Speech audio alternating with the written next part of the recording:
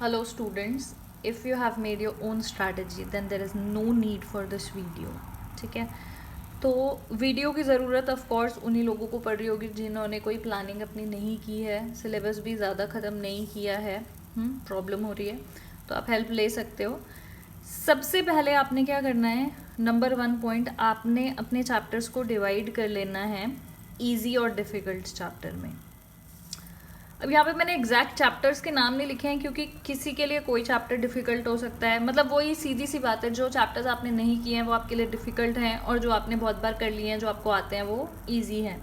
तो आप ऐसे भी देख सकते हो, कुछ चैप्टर्स जो छोटे हैं उनको ईजी की कैटेगरी में डाल दो, डिफ़िकल्ट बड़े बड़े चैप्टर्स थोड़े डिफ़िकल्टी वाले, मतलब इस तरीके से आप कैटेगराइज कर लो। और बी और सी सेक्शन को अलग ही रखो।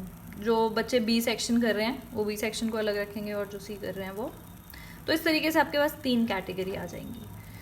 फिर आपने क्या करना है, हर चैप्टर के सबसे पहले देखो, अभी ये नहीं कि आपने क्या करना है सैम्पल पेपर उठा लेने हैं, मतलब ऑफ कोर्स उठाना है, लेकिन मुझे पता है कि ये वीडियो वही बच्चे देख रहे होंगे जिनका सिलेबस अभी पूरा नहीं हुआ होगा, 100% नहीं हुआ होगा। तो जब आपको चैप्टर्स आते ही नहीं है तो आप क्या करोगे सैम्पल पेपर्स करके, है ना। तो आपने क्या करना है, नंबर 2 पॉइंट, आपने ये जो डिविजन्स किए हैं इनको एक एक करके आपने एक एक चैप्टर लेते जाना है और सबके एग्जाम्पल्स करने हैं। ठीक है, अगर आप सोचोगे कि आप एग्जाम्पल भी करोगे और एक्सरसाइज क्वेश्चंस भी करोगे तो आप कर ही नहीं पाओगे। तो आपने क्या करना है, सिर्फ एग्जाम्पल्स करने हैं सारे चैप्टर्स, सारे ग्रुप्स के, तीनों का।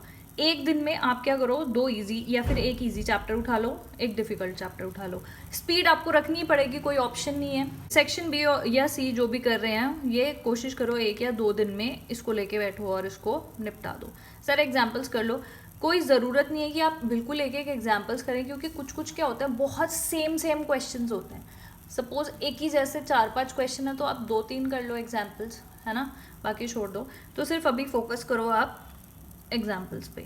ये वाला काम आपका, ये पूरा का पूरा, ये एग्जाम्पल वाला 15 दिन में हो जाना चाहिए। 15 दिन नहीं तो 20 दिन तक आपका ये सारा का सारा काम हो जाना चाहिए। देखो, जो चैप्टर्स आपने बिल्कुल टच नहीं किए हैं या आपको प्रॉब्लम्स हैं उसमें तो टाइम लगेगा ही लगेगा। तो पहले वो वाले चैप्टर्स कर लेना। सारे चैप्टर्स का लिंक डिस्क्रिप्शन बॉक्स में दे दूंगी। हमने बहुत सारे चैप्टर्स हम कर चुके हैं, लगभग काफ़ी थोड़े से ही चैप्टर्स बचे होंगे, बहुत सारे चैप्टर्स हम कवर कर चुके हैं। ठीक है, तो आपने क्या करना है, सारे एग्जाम्पल्स कर लेने हैं।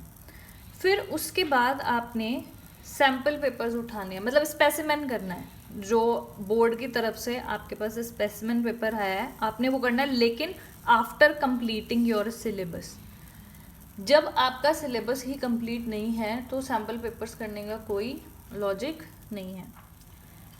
इतने अच्छे बच्चे तो आप हैं नहीं कि आप सैम्पल पेपर कर रहे हैं, आपने क्लॉक लगाई। अगर आप हैं तो बहुत अच्छी बात है कि आपने टाइम नोट कर लिया और आप 3 आवर्स या 2 आवर्स जो भी आपका वो है, आप उस टाइम में वो कर रहे हैं। ऐसा तो आप करेंगे नहीं।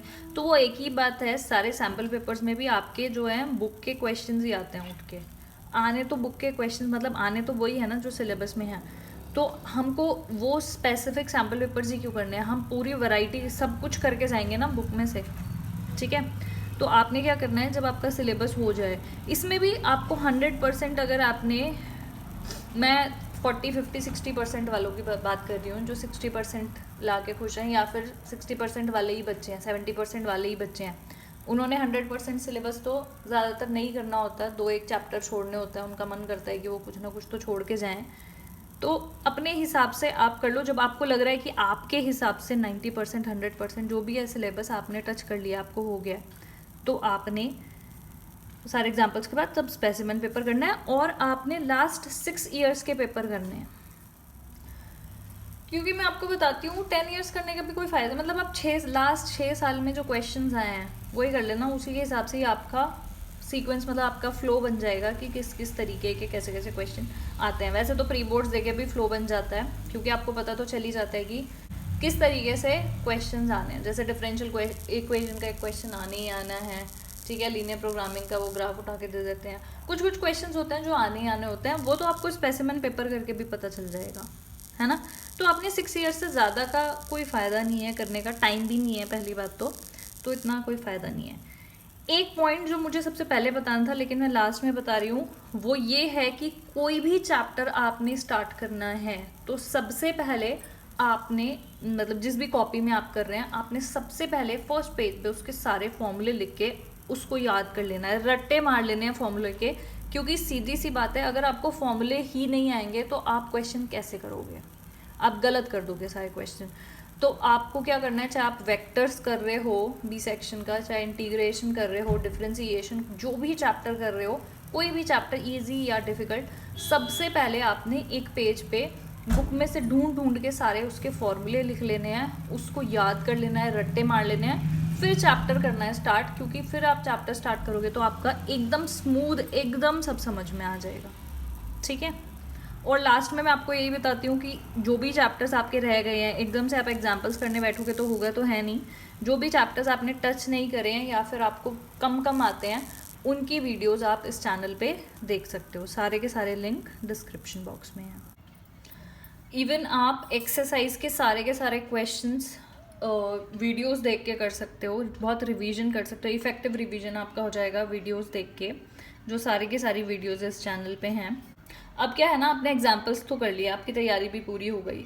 जो एक्सरसाइज के क्वेश्चंस हैं, क्योंकि एक्सरसाइज भी बहुत सारी हैं, बहुत सारे क्वेश्चंस होते हैं, तो आप इफेक्टिव रिवीजन कर सकते हो वीडियोस देख के, ठीक है। जो वीडियोस इस चैनल पे हैं उनमें एक्सरसाइज क्वेश्चंस ऑलमोस्ट सारे के सारे कवर हो रहे हैं, ठीक है। थोड़ी बहुत एक्सरसाइज हैं जो अभी तक अपलोड नहीं हुई है चैनल पे, लेकिन उसके अलावा बहुत सारी एक्सरसाइज और उनके क्वेश्चन सारे चैनल पे हैं, तो आप वो देख के इफेक्टिव रिवीजन कर सकते हो। That is it for this video. All the best to all of you. Thank you so much for watching.